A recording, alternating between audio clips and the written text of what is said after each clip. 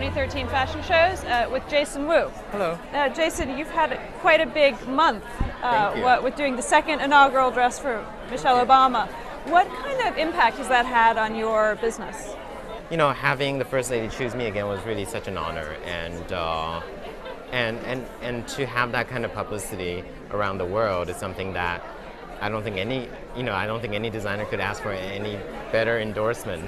And is there a danger then in that kind of sudden blast of publicity in terms of people doing too much orders or trying to get you to grow too fast, especially when you're a business as young as yours? And I've always really measured my growth by how much I'm ready at the time. And so, but between the first inauguration and the recent inauguration, how much has your business grown?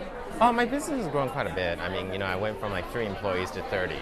But, I think it's always been very measured, very carefully measured. And if you were going to describe that direction and where you want to be in, 10 years, which is really in 4 years from now, where are you going? Well, it's really about making what I do, but the best form of it. It's making impeccably tailored and impeccably made dresses, and to take it to the level of just, to match the level of the best of the international houses. I think that's really important for me. How big do you think you should get? The bigger the better, but I also am realistic about the right amount of growth at a certain amount of time. And sort of year on year, is it 10%? Is it 20%? What's manageable for a business like you? I think a 10% growth is really realistic. And for us right now, we're sort of at a point where we just taken that next level, and we really want to maintain. I think maintaining is almost as important as thinking about growth, because you can always go up, but you can't go down. How many global stockists are you in now? I'm in 190. 190.